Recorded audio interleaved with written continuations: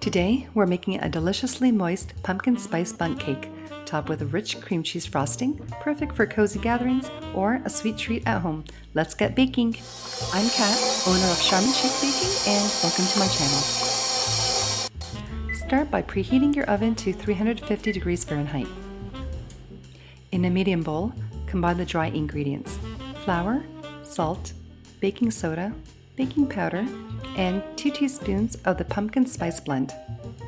The recipe for my DIY blend can be found in my previous tutorial for pumpkin spice scones. I've posted the link in the description below. Then set the mixture aside.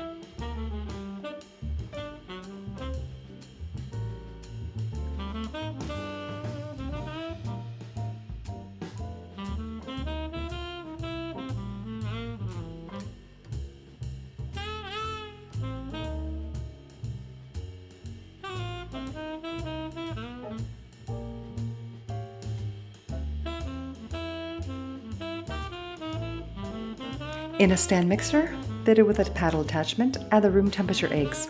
I noticed a little eggshell snuck in there. Then add the brown and white sugars.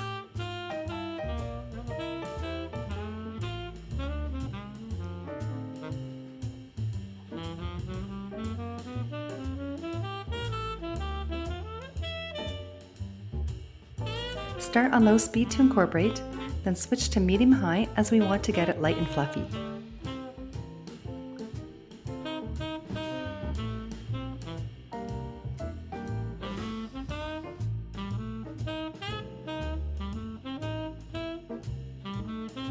After about 5 minutes, the mixture will look like a coffee mousse.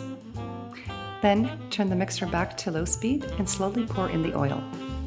Once all the oil is incorporated, increase the speed to keep the mixture light and airy.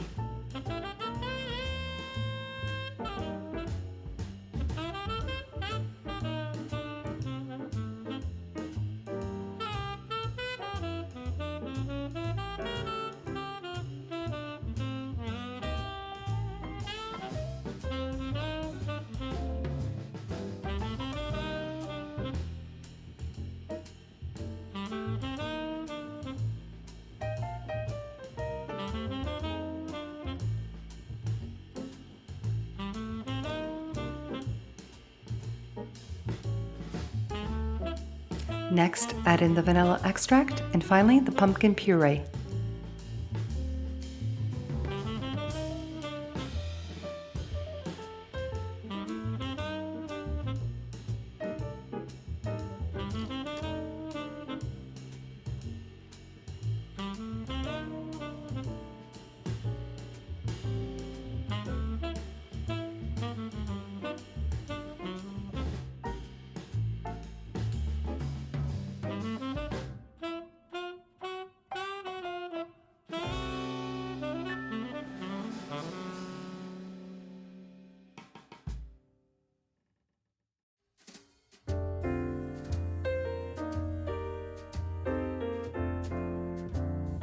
While the mixer is on low speed, slowly add in the dry mixture a little at a time just to incorporate.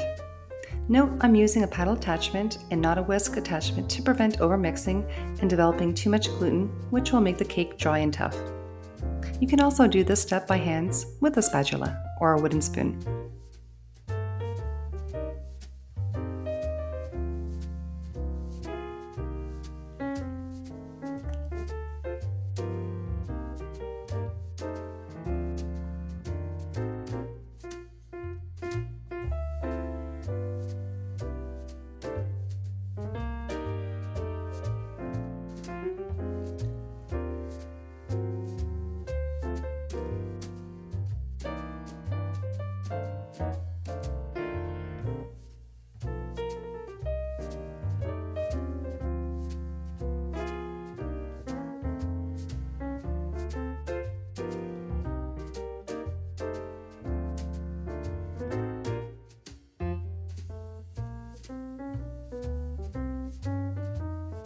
Clean off the batter from the paddle attachment and stir in any remaining flour.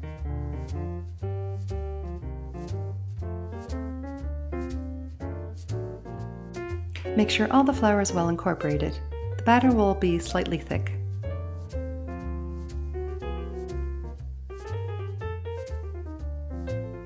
Then pour the batter in a well-greased and floured bundt pan.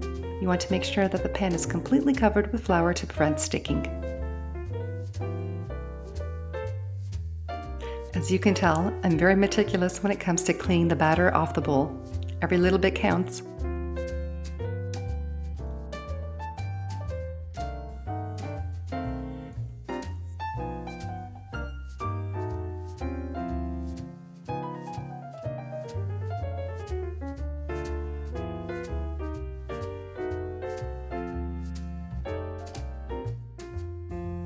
Then give the pan a little shake and a tap to remove any air bubbles. Bake in your preheated oven for about 50 minutes to 1 hour, or until a toothpick inserted in the center comes out clean. Make sure not to overbake it. Then let the cake cool on a wire rack for about half an hour, or until the pan is no longer hot, before attempting to invert it. I'm running an offset spatula carefully around the edges to loosen and going around it twice. The offset spatula is flexible and allows you to get under the cake as well. And voila! Perfectly smooth release from the pan. While the cake continues to cool, make the cream cheese frosting. I'm adding my room temperature butter to a block of cream cheese, which should also be at room temperature, but mine's a little bit cold because I forgot to take it out of the fridge until not too long ago. You can tell as I'm having a little bit of difficulty mixing it together. You can use either a handheld mixer or a stand mixer for this part.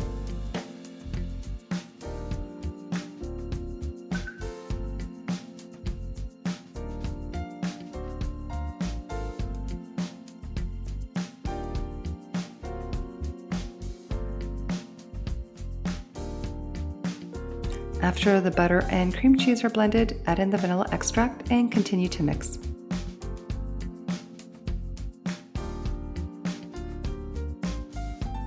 Then add a pinch of salt.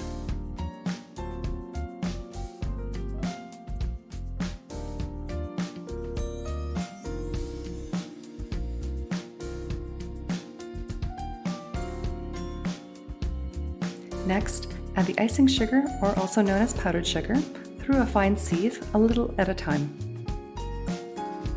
I'm going to be using 2 cups of icing sugar, which makes this frosting not too sweet, as the original recipe called for 4 cups. I love my desserts, but I don't like when they're too sugary. I believe desserts should leave a nice mouthfeel and not gritty on your teeth.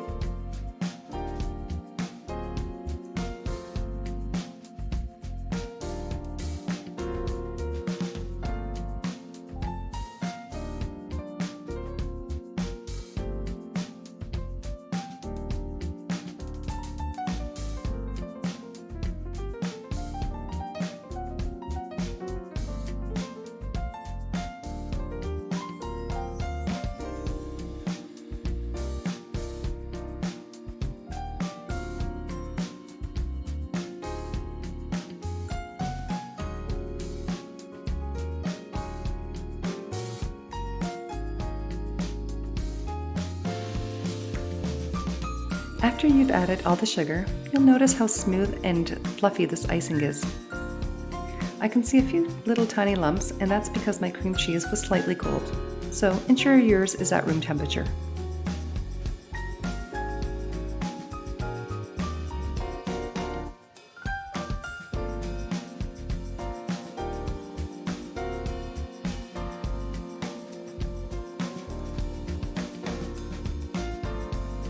You can stop here and use the icing as is for a thicker frosting. I'm going to add just a capful of cream to thin it a little bit, as I'll be piping it onto the cake with a piping bag. If you want more of a glaze type icing, use a little more cream to thin it down.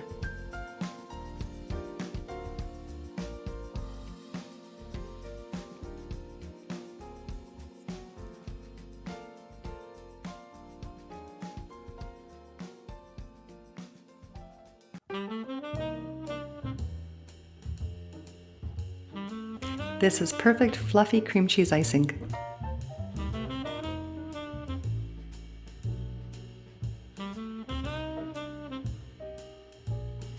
Let's start decorating. I'm using a large round tip in my piping bag, Wilton number 10.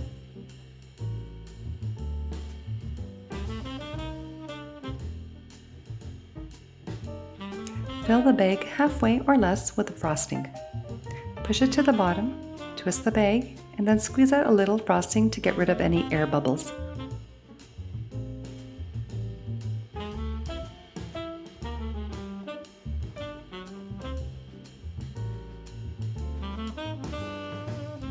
Then start piping lines from the middle of the cake to the outside edges and down the bottom.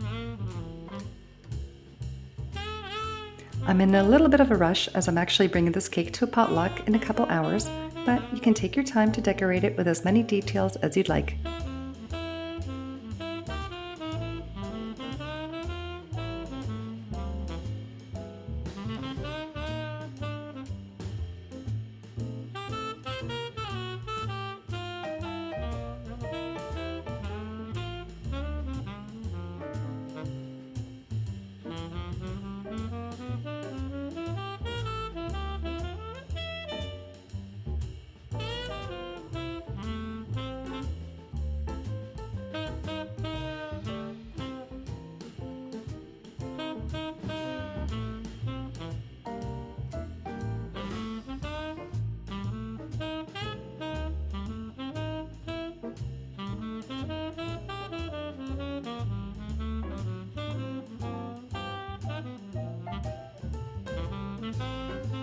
You'll have some frosting left over, but you can keep this for other desserts like cupcakes or even sugar cookies.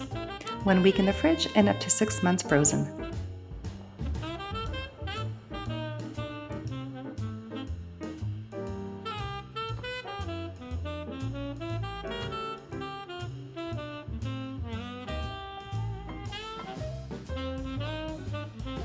As I mentioned before, this was for a potluck, but I want to be the first to cut it and taste it.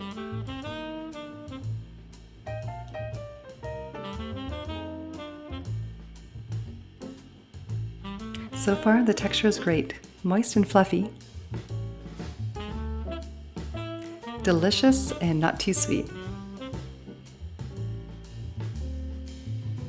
I'd like to wish all my Canadian viewers a very happy Thanksgiving weekend, and I hope my American viewers get to make this cake for your Thanksgiving next month. Happy baking!